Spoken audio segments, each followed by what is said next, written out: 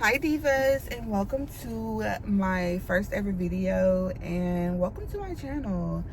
Today, as y'all can see by the video, we are going to be talking all about my PCOS. I'm going to be telling my story, and I welcome you guys to tell yours as well in the comments.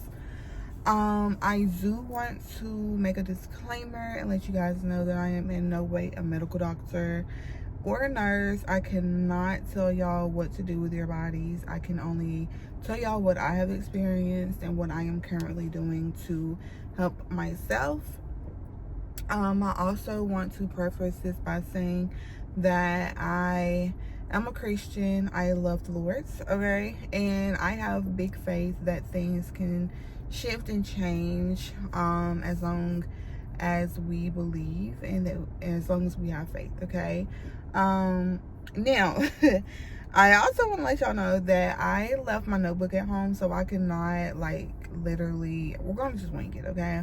I'm gonna have to wing it because I left my notebook that I had all my, like, points and things like that written down, and that's okay. We're just gonna wing it, and we're gonna do the best that we can and get through this video. I don't want to make it too long, so we are going to go ahead and start. So with that being said, I am 31 years old. I do not have children, and I am not married. I do want to say that as well. I started my period at 8 years old, okay? I was 8 when I started. And of course, when I was a child, I was not keeping track of, you know, how long my periods were or how regular they were. I was just traumatized, okay? However, I believe around 7th, 8th grade is when I started to notice that they were kind of long and they were also very heavy. Now, I don't really want to speak to the prolonged part because I don't really think they were as or as long as they are now. But I know that they were heavy for sure. So I was just like going through school with heavy periods all of the time. Y'all know how it is if you know have been through this same thing. So by the age of 15, maybe even 14, I was placed on birth control to help with that. And by 16, which was I think 2012, I had a pulmonary embolism, which is, if my phone is shaking, I'm so sorry. But I had a pulmonary embolism, which is a blood clot in my lungs. And it started in my leg, and my mom had took me to urgent care, and they didn't do nothing for me, girl. They were like, girl, I don't know what's going on with you. And they sent me home. So we went home, and then it kind of just progressed, you know. And we were out one day, and my mom was in the store, so I decided that I wanted to go in the store too and kind of, like, you know, look around. And y'all, when I tell you I could not walk, I couldn't even roll over in the bed without being out of breath. That's how bad it was. And that same day, she was like, no, I gotta take you to the emergency room because this is not right. So she ended up taking me to the emergency room. And they were glad that I came in that day because it was like, if I would have waited one more day, I would not be here telling my story. I just would not. And I'm so grateful that she had that, you know, intuition to go ahead and take me, because I don't know how the heck I was making it, y'all. It was so bad. It was really bad. And I just do not wish that on anyone. So from that day forward, I was no longer able to take birth control. I was placed on blood thinners as well. And just for a little bit. It wasn't like forever, but I was placed on those, and then, like I said, I was no longer able to take birth control. So I was just winging it through life at that point. No birth control, nothing, just long periods, heavy periods, and going about my life, okay? So that was, like I said, at 16. And then by spring semester of my senior year, I think this was either, it was 17 or I was 18. I went to a new OBGYN, and he was telling me that it would be hard for me to have children. He never said I wouldn't be able to. He was just saying that it would be harder. But however, at 17, you know, or 18, that's still kind of hard to hear as a teen. Like, girl, I want kids. I have names picked out and everything. I want my children. I'm going to have them. But we'll talk about that a little later. But yeah, that was kind of disheartening to hear. And then I'm not sure if he was the one that placed me on progesterone or not, but I was prescribed progesterone and progesterone, whatever. And it did help me in the long run. It really did. It was a lifesaver, and I'm forever grateful for that. And then he stopped practicing medicine, and I had to end up hopping from doctor to doctor to doctor. And I found one, let's date this, about probably around 2019. I ended up finding one that I really liked at first, and then this same year is when I had stopped going to school. I was in college, and I was like walking back and forth from my apartment to campus, and that's when I was at my lowest. So this was 2017 to 2018 is when I was walking back and forth to from my apartment to campus, and I was at my lowest, which was like 170, between 170 and 175 maybe. And then 2019 is when I moved back home, and I was working at Sephora, but it wasn't like a constant daily walking back and forth anywhere, a long distance anyways. So with that being said, the spring of 2019, I was good. I was cool, you know. I could wear the cute clothes. I was in a good size clothing, and it was good. It was really good. And then by the fall of 2019, I was going through things, y'all. I was displaced from my home. I was staying with my grandmother, which was in a high stress environment. Okay, I was also still working at Sephora, which, honey, I did not like that either. And then I was also eating Whoppers. I don't know what that was about. I was eating Whoppers very regularly, and this is when I noticed like my weight starting to pile on, and hair starting to come onto my face. So the OBGYN that I was seeing from like 2018, 2019 or whatever, I was telling her about all my symptoms, you know, my missed periods and all of that, and she was just telling me to lose weight. And I said, girl, if it was that easy, that's what I would do. Because back when I was in college and walking back and forth from my apartment to campus, I still was not regular with my periods. So you're not telling me anything. And I'm not the type of girl, I'm a black woman, first of all. And I do not, you know, there's skinny black girls, but I'm not going to be her. Because when I was at my like lowest, my head was big, and I also had big breasts as well. I did have a breast reduction, but I had bigger breasts, and it just did not look good. You know, I had a small frame, big boobs, big head, and it just was not hitting for me. So I know that anything other than 180 to 185 is not for me. I can do 175, but 120, 130, that's not my goal at all. Like, I want some meat on my bones, okay? I don't fit into whatever box that these doctors try to fit you in, because I was never meant to be a skinny girl ever, okay? So fast forward, I ended up changing OBGYNs after that, because you're not going to keep telling me to lose weight and nothing else and trying to force birth control on me. So I switched doctors a couple of times, and each time they did try to put me on birth control for my heavy and prolonged periods, and I declined each time. And also, I do want to say, in 2020, the spring of 2020, you know, it was pandemic time. I had already, you know, gained the weight, and the hair on my face was already, you know, there to stay, I guess. And at that point, I wasn't really in a time in my life where I really cared, because it was the pandemic and I was in the house for the most part, and I couldn't mask my face when I was outside. So I never really just cared about that spring. And I was also battling like BV as well. I do want to put that out there that I was going through BV, and you know, I literally don't know what the heck that was about at that point. I do not know. I was going back and forth to my doctor, my PCP. I was just, you know, going to the OBGYN, and I was just like, girl, what is going on? What is wrong with me? And they kept prescribing me the medicine to help, and you know, sometimes it'll clear up, but it will come back with a bit, like, I'm telling y'all, it was so bad, okay? But it ended up going away completely, and I'm so thankful for that. And I was also like in a Facebook group at that point, and they were telling me to go get tested for uroplasma and myoplasma.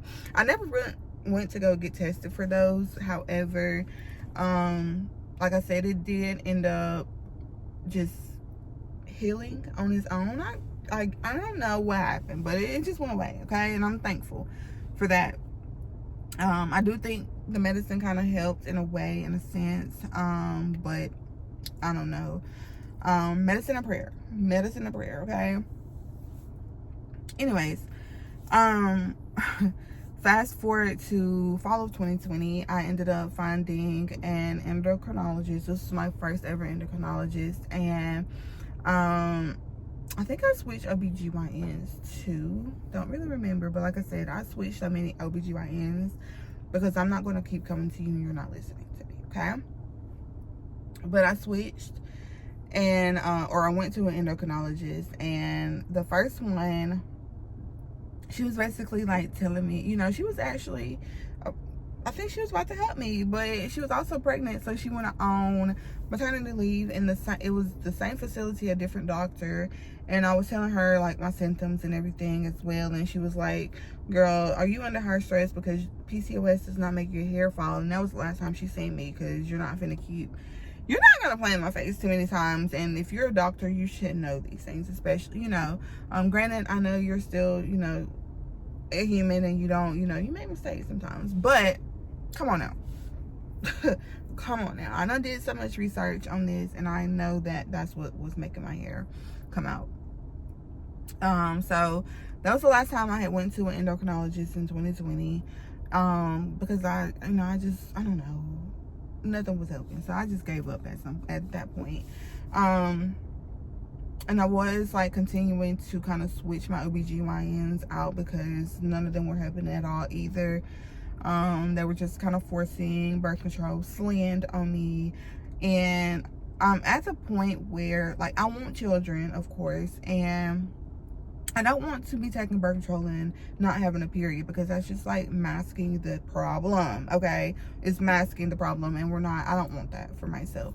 I want to have periods. I want them to be regular, okay? I don't want to just be without a period just because they're long and they're heavy. Help me figure out why they're long, why they're heavy, and what we can do about it, okay? So that's kind of like to the point where I am right now. I did end up going back to a black OBGYN to see if she could help me. And I just seen her last week. And I told her that I did not want to be without a period. I want a period. I want to ovulate. I want children. And so she ran tests. She did a transvaginal ultrasound, and she also did an endometrial biopsy. And I wish I had my notebook, but I know, like, I can tell y'all a little bit about what was going on through there. Let me spit this gum out, because I cannot talk with this gum in.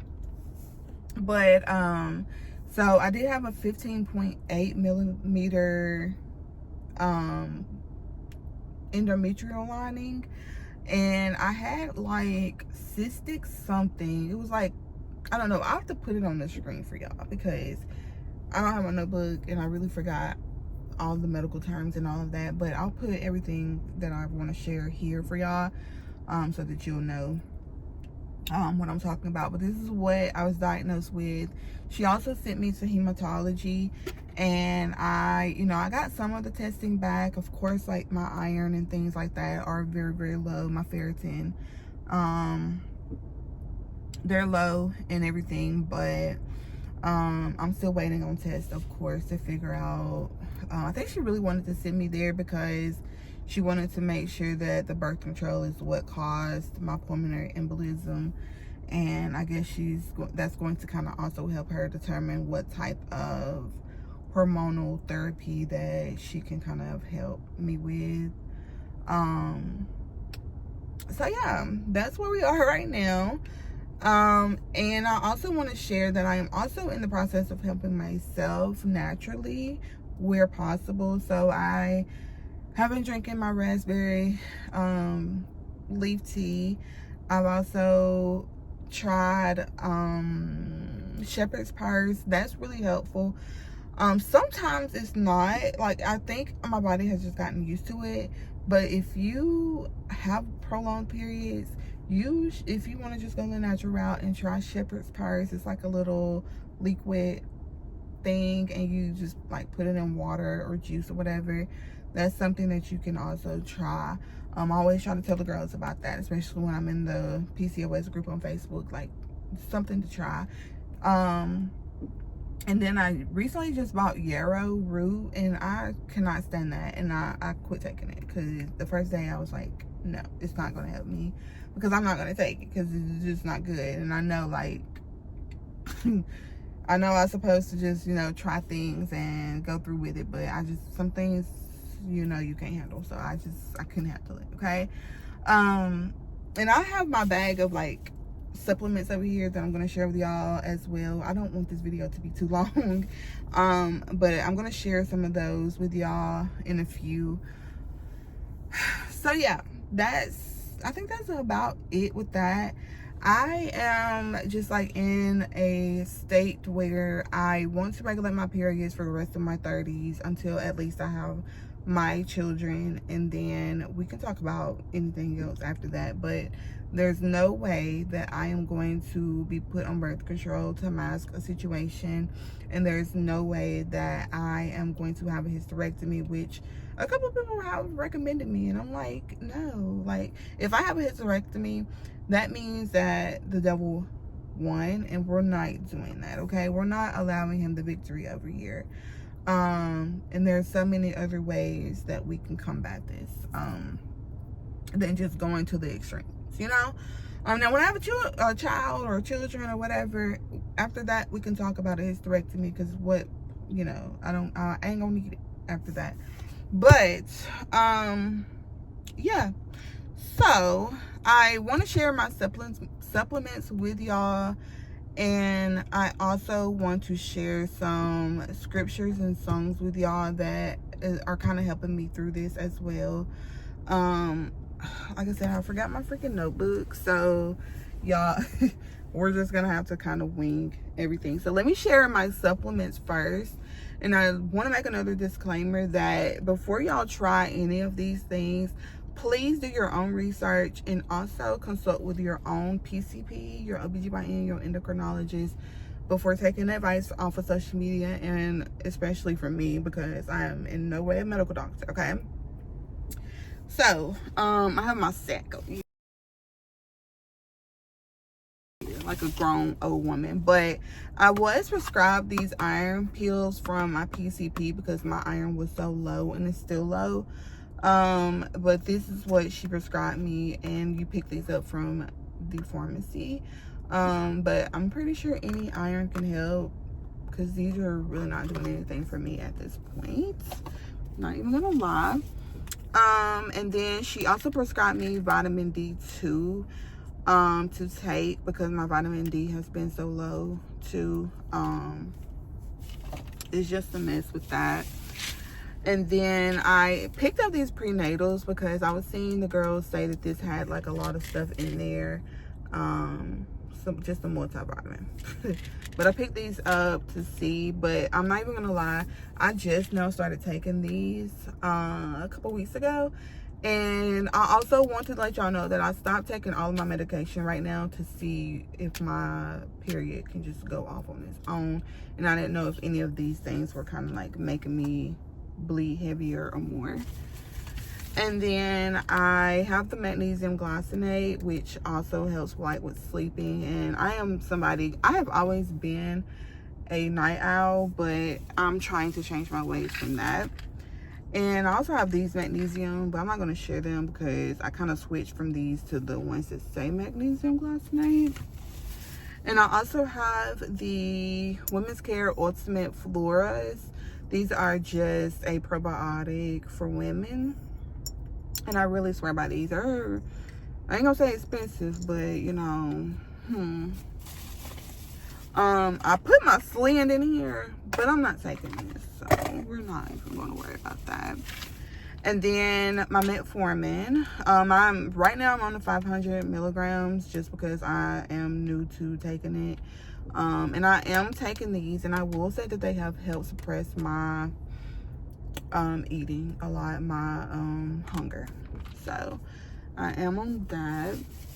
And y'all, I was taking these Lemme-Per vaginal probiotic gummies. I don't really care for gummies anymore. I realized I don't care for medicine at all. I like liquids if I like anything, but these are okay. Like, I don't really tell the difference.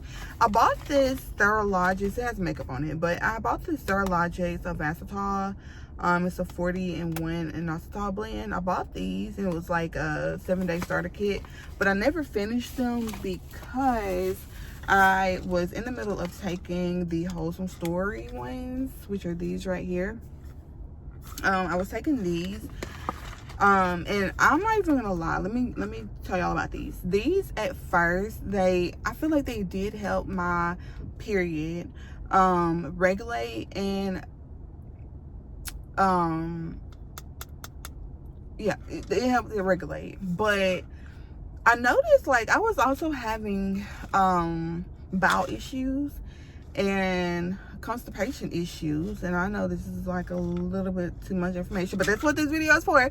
You here, girl, you here now. So and I was noticing blood in my stool, and every time I stopped this, there was no blood in my stool.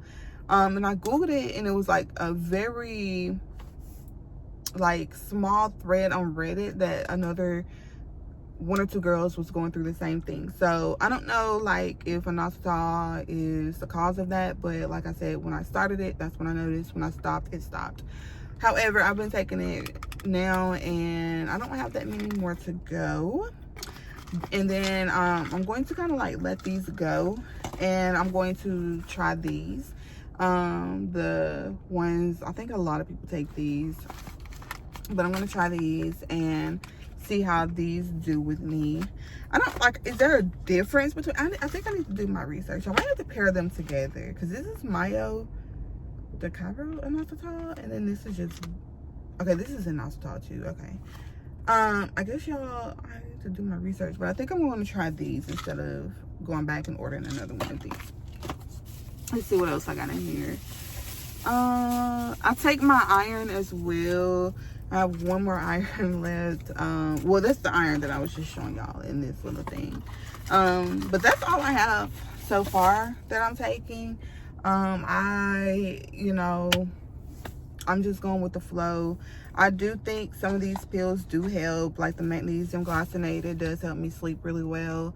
The metformin, like I said, and it does not cause me any type of irritation in my bowels or anything like that. So like I'm not running to the bathroom. It just, I think it has helped me tremendously suppress my appetite.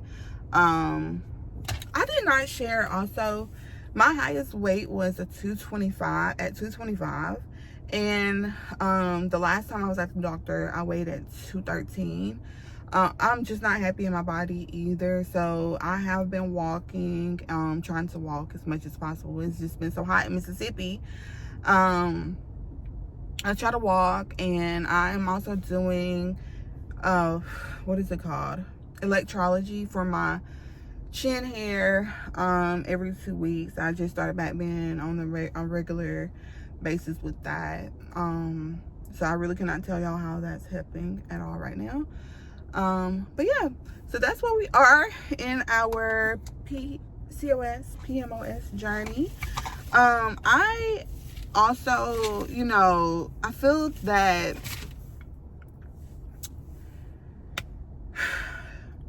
things will regulate. I've been praying and, you know, allowing God to just do his thing, and when the time is right, he will make it happen for me to have children, so that everything else can just kind of, you know, work itself out, as far as maybe a hysterectomy by 40 or something like that. But I'm just in that kind of process right now. I feel as though like I'm like at the age where my friends are having kids now and getting married and all of that, and I'm just kind of like stuck here in a constant loop of trying to regulate my own hormones and my periods and things like that, and wanting children, but scared that, you know, things are just going to, you know, it's natural to have fears, but you cannot fear and have faith at the same time. So I gotta pick one, you know what I'm saying? And I picked to have faith. I've let it get me down over these last few weeks, because I have been on my period since mid to late June, because it would like spot and then come on like late June fully. So I've kind of been on it for over a month now, including like the spotting that I was facing. But that's kind of where we are right now. Like, I just feel like, you know, one of my friends just announced that she was pregnant, and I'm super happy for her. And then yeah, so I'm just in that state right now where the devil is really trying to take over my mind and put me in a depressive state of mind and all of that, and I just cannot let him win. And yeah, so just to kind of help myself through this, I've been praying, and I'm gonna put like I said, I didn't lose it, but I left it at home. Left my notebook at home, so I cannot tell y'all like word for word the prayers and all of that I've been doing, but I'm gonna put everything up on the screen so you guys can kind of screenshot or write it down and listen to it if you're a Christian girly like me. But yeah, I'm going to try to end this video at least 30 minutes. So I do pray that you, as well as myself, get the answers that we need to, you know, even if you're not trying to have a baby or anything like that, I pray that your hormones regulate. I pray that things dry up in the name of Jesus. I pray that, you know, you can get back to feeling like the young woman that you are. I'm gonna try not to cry, but I pray that if you are wanting a baby, I pray that God gives you the desires of your heart, because I don't think God literally puts things in our hearts and on our minds if he does not plan to give it.